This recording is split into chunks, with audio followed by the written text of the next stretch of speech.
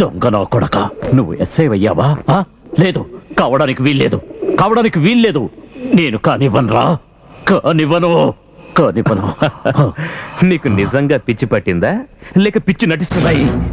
నువ్వు నా ముందు పురుగువి. ఆపరా రాస్కల్. నిన్ను చంపేస్తాను పడుకో. చంపడం అదే కదా మీకు వినోదం?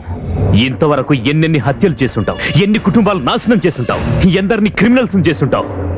వీటన్నిటికీ నీకు శిక్షలు వేయాలంటే నిన్ను అడ్డంగా నరికి చంపేయాలరా. చంపేరా, నువ్వు నన్ను చంపేయి. లేదు, నేను నిన్ను చంపను.